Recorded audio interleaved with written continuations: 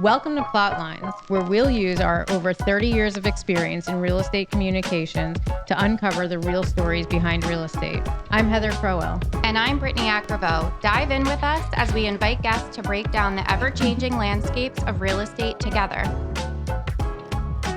Welcome back to PlotLines, everyone. Today, we're here with Jonathan Burton, Director of Development for Independence Historical Trust. Jonathan, thank you so much for joining us. We'd love to have you tell us a little bit about your background and about Independence Historical Trust and your work there.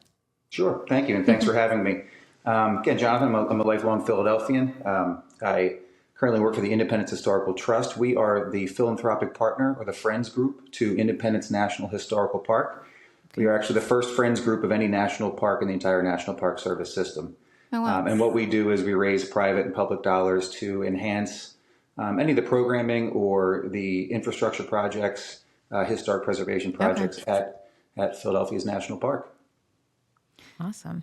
Very cool. And Jonathan, we've had the opportunity to work with you 2 summers ago on the First Bank of the United States, and we can talk about that throughout the conversation as well. But as you know, our podcast is all about exploring headlines in the real estate space, and there's been no shortage of exciting news here in Philadelphia, be it with, the new Sixers development, the Navy Yard, and all these different things happening. But there have also been quite a bit of conversation, right? Calling for more support for historic revitalization for the city, as well as I know there's a plan that your organization is working on to try and bring more bikes and pedestrians and sort of these, I think I saw them like plaza type models for the city. So we'd love to start there. What do you think about sort of what's been buzzing in Philadelphia real estate from where you sit at the trust? And what are some of the initiatives that you all are taking part of?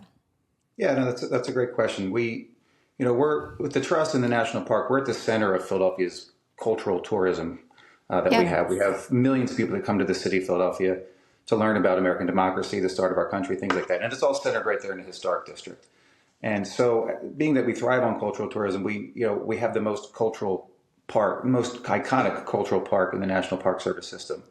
And around that is, other cultural assets. We have museums. We have the Museum of the American Revolution. You have the Weitzman Jewish Museum. You have the African American Museum. You have all these other locales where people are visiting. But, how does that really affect the real estate? And what does that actually affect with development? And, there's a lot of development happening now. Of course, there's a big influx of commercial real estate that's office buildings that aren't, they're basically empty. You have the Wells Fargo building at 6th and maybe it's 5th and Market, completely empty. You have the Bourse building, which was just purchased by Lubert Adler to develop that into another hotel and an event space.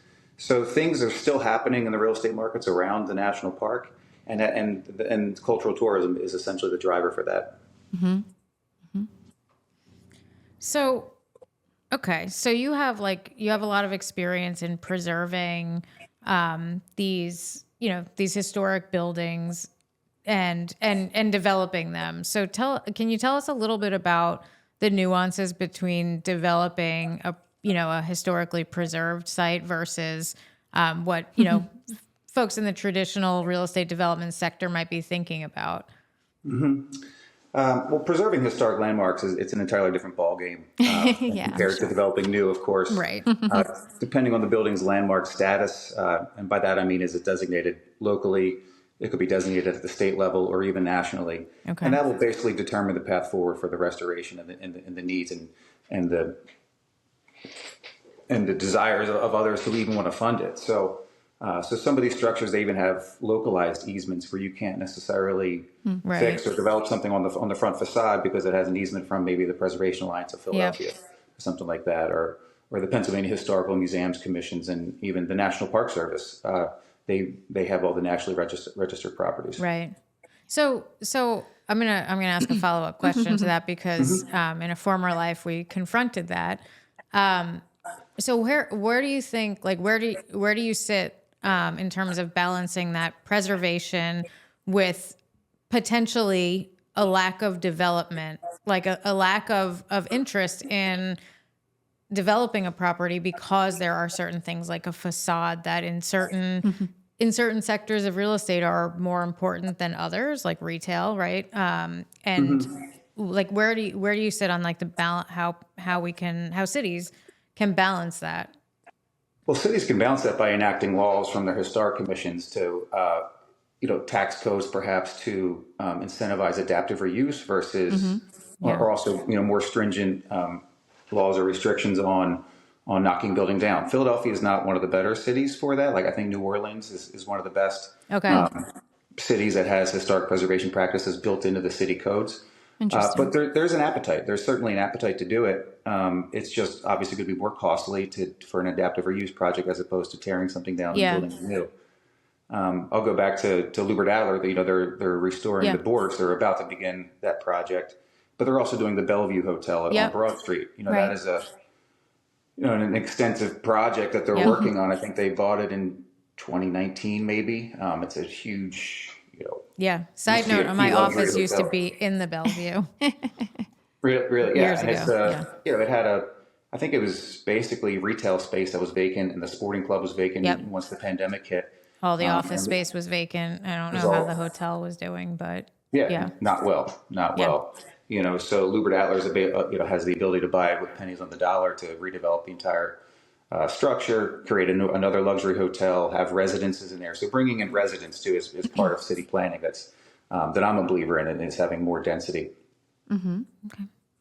So with all that, Jonathan, why should someone invest in the preservation and rehabilitation of historical landmarks? What are the benefits, and what's sort of your elevator pitch that you give for some of the projects that you're working on? Well, you look at let's go back to the cultural tourism revenue driver for the city. It's an economic driver that brings people and money in. It's, people come here, they want to see the character. They want to learn, they want to see what it looked like in 18th century, 19th century Philadelphia during the Industrial Revolution. So that city character is important for attracting more tourists. And again, to learn about our history and our place in American history. So I think it's vitally important to continue to preserve buildings. And it's the historic fabric. We need to keep it. Yeah, it's the fabric of our community. Right.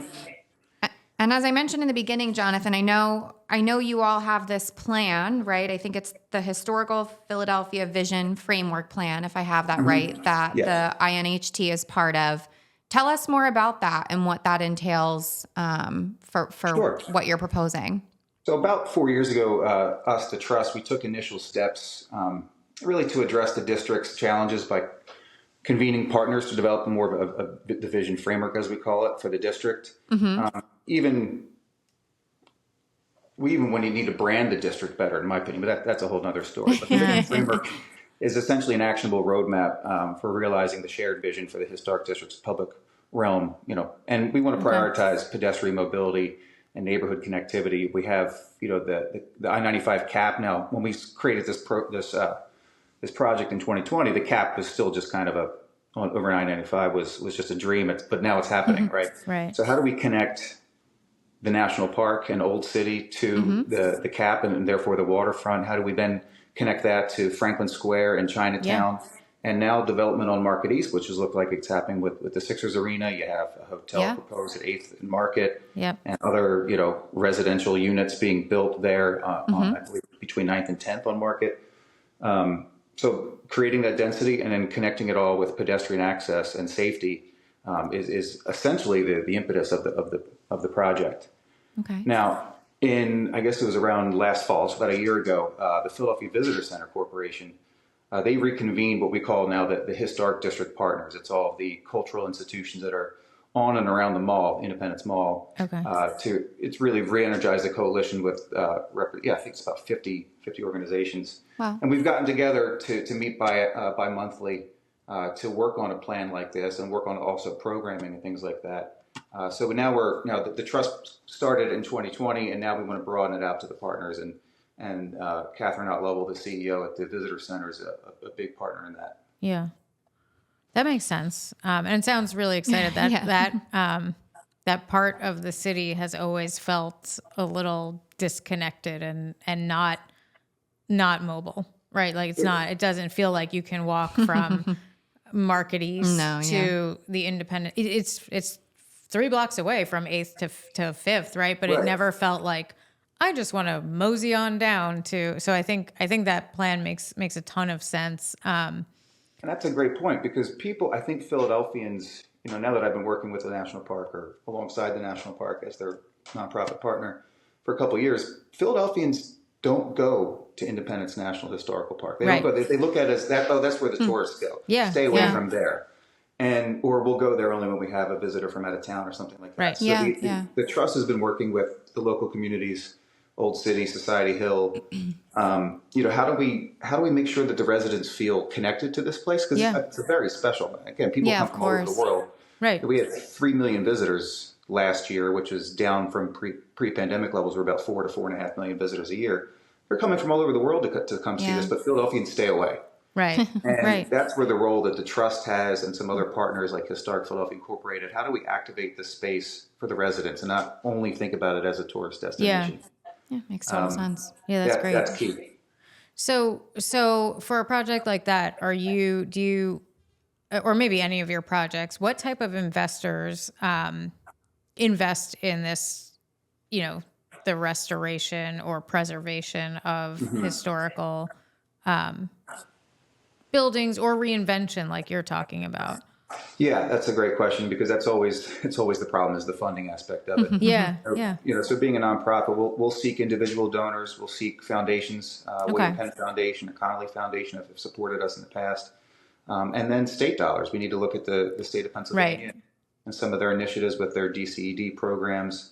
So you really have to, I'll call it attack the funding from all angles and figure out how do we actually really paint a good picture of what we could have.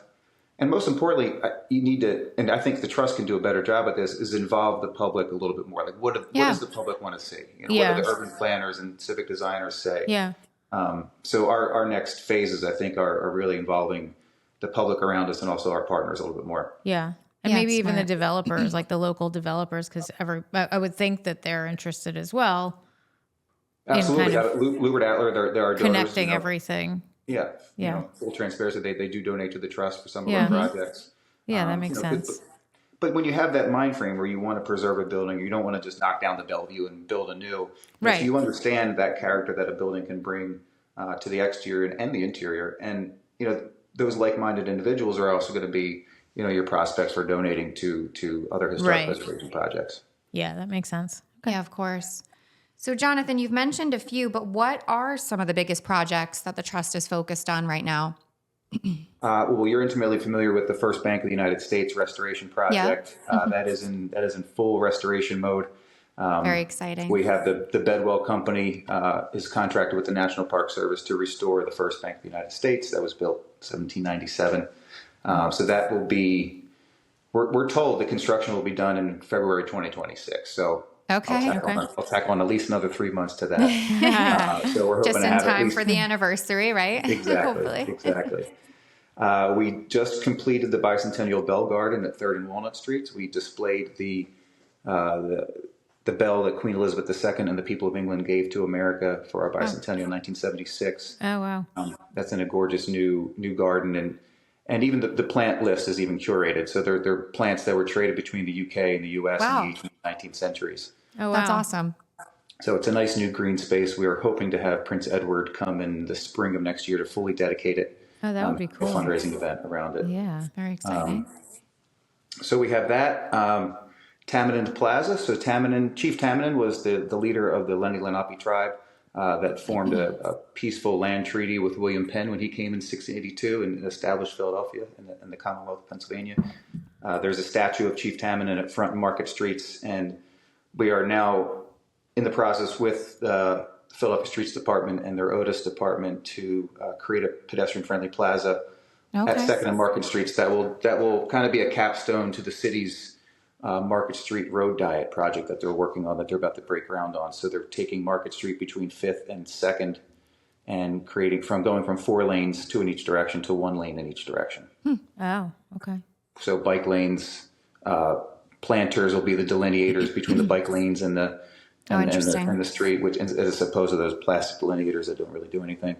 Right. So that's a nice beautification project, pedestrian minded. that we're working on. And for those types of projects, are there other cities that you're trying to emulate some of those models from? Like who does that well, and we're trying to make Philly catch up, sort of thing? Absolutely. Mostly in Europe. Yeah. I'm trying to think. Copenhagen is one of our North Stars that we look at. They have a great program there where they have a lot of bike lanes and pedestrian roads and things like that. Yeah. Okay. And Philadelphia's thinking that way. You have I guess it was just in September, but every Sunday, Walnut Street between 16th and 20th or so, or maybe 19th was pedestrian only.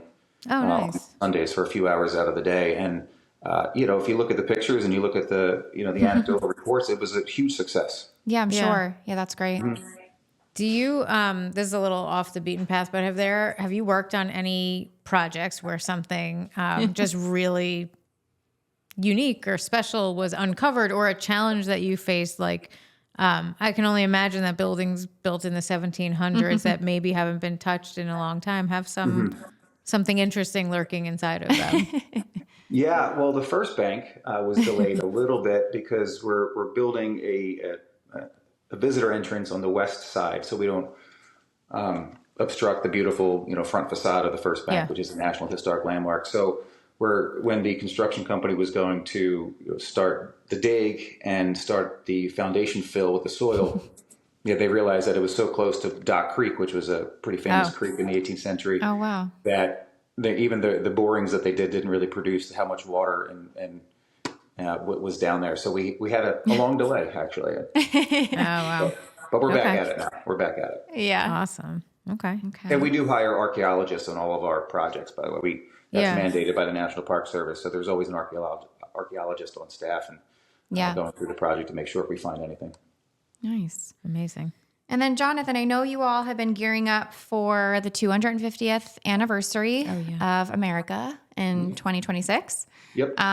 What are you able to share with us about that, and sort of how are you all building excitement for that here in Philadelphia? Well, there's some attractive projects and not so attractive projects happening in the national park. There's about $100 million worth of projects being done in the national park to get ready for 2026. That's everything from a whole new energy system, going from a steam loop to some natural gas and and they are environmentally friendly ways to heat and cool the park. The first bank is a $30+ million project. We have quite a few already in the works. We did on Walnut Street between 3rd and 4th. A few of those houses got all new roofs. There's a lot of projects happening. Wow. Yeah. Very exciting. Yeah. Okay. All right. So on each of our episodes, we have our guests help us rewrite a headline or write an ideal headline. So if it were up to you, what would the ideal headline read about, on the topic of the benefits of rehabilitating, landmarks? Yeah, no, I'm going to borrow this headline from the Young Friends of the Preservation Alliance of Greater Philadelphia. They have an event called In with the Old and Out with the New. Oh, and I love that. I just love that. I think it's brilliant. That is brilliant. I like that. So I'm borrowing it. I'm giving them credit, but that's In with the Old and Out with the New. That's love it. That's the highest form of flattery, right? Yeah, exactly. Great. Well, Jonathan, this was awesome to hear all the great things that you're working on. Is there anything else we didn't cover that you think would be worthwhile for our listeners? Yeah, I think, don't be afraid of 2026. I know when the Pope came to Philadelphia, everybody left. I think even the Bicentennial was considered a flop. Don't go anywhere. Invite your family and friends to Philadelphia. It's going to be fun. There are plenty of things happening. We have Visit Philly's working on TED Democracy right now, which is going to be an amazing event. That sounds like it. Yeah, there's Art Philly 2026, a huge arts festival. You do have the non-historic preservation, but you have the World Cup coming at the Major League Baseball All-Star Game. You have March Madness. You've got the PGA Championship. It's a time to not leave Philadelphia and just come and explore the history and have a great time in our historic district. Oh, I think you just gave us another headline there at the end. Huh? I like it. All right. Well, Jonathan, thanks so much. We appreciate you joining us today. Thank you so much. Thank you both. It was fun. Thank you.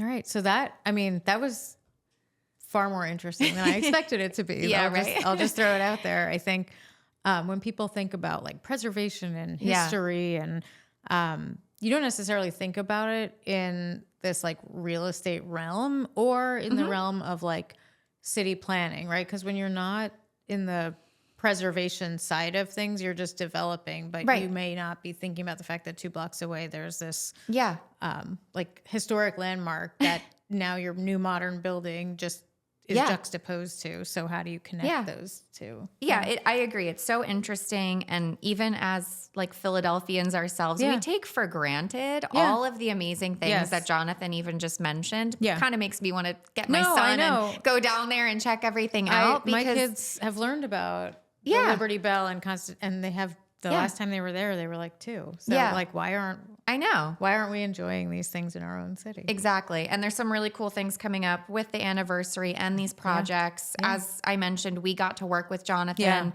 intimately when we announced the rehabilitation of First Bank. Yep. Again, I think that was 2 summers ago. And so it's really exciting to even hear the progress of how that is moving see forward. That come to fruition. And makes me kind of want to go down and check it out and see the progress. Yeah, maybe we'll wait until spring. But, for sure. Yeah.